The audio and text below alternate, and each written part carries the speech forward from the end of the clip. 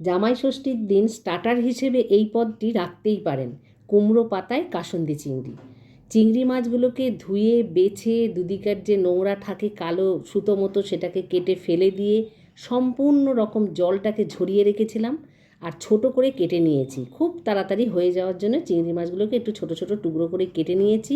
তারপর নুন, হলুদ আর লঙ্কার গুঁড়ো মাখিয়ে ম্যারিনেট করে নিলাম। আর নিলাম কাসুন্দি, সর্ষের তেল আর কাঁচা লঙ্কা চেরা। ব্যাস, আর কিচ্ছু লাগবে না।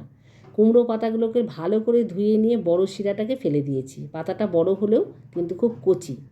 পাকা পাতা না নিয়ে কচি পাতা নেওয়ার চেষ্টা করবেন। তারপর মাছগুলো দিলাম। আমি অর্ধেকটা মাছ দিয়ে দিলাম, যা মাছ ম্যারিনেট করেছিলাম। তার ওপরে দিলাম কাসুন্দি, তার ওপর দিলাম সর্ষের তেল, তার ওপরে কাঁচা লঙ্কা চেরা দিয়ে এইভাবে মুড়িয়ে নিচ্ছি। আমি 250 গ্রাম চিংড়ি মাছকে কেটে ধুয়ে বেছে নিয়েছিলাম। 250 গ্রাম দিয়ে আমি দুটো করে নিচ্ছি। আপনি চাইলে অল্প চিংড়ি মাছ দিয়ে অনেকগুলোও করে নিতে পারেন।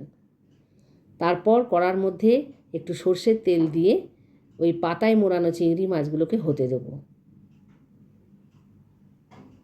একদম লো ফ্লেম করে উল্টে পাল্টে 7 থেকে 8 মিনিট লাগবে টোটাল রান্নাটা হতে।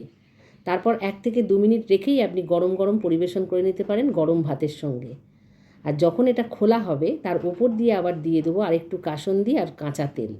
অপূর্ব স্বাদের এই কুমড়ো পাতায় কাসুন্দি চিংড়ি অবশ্যই করে খান, দুর্দান্ত লাগবে।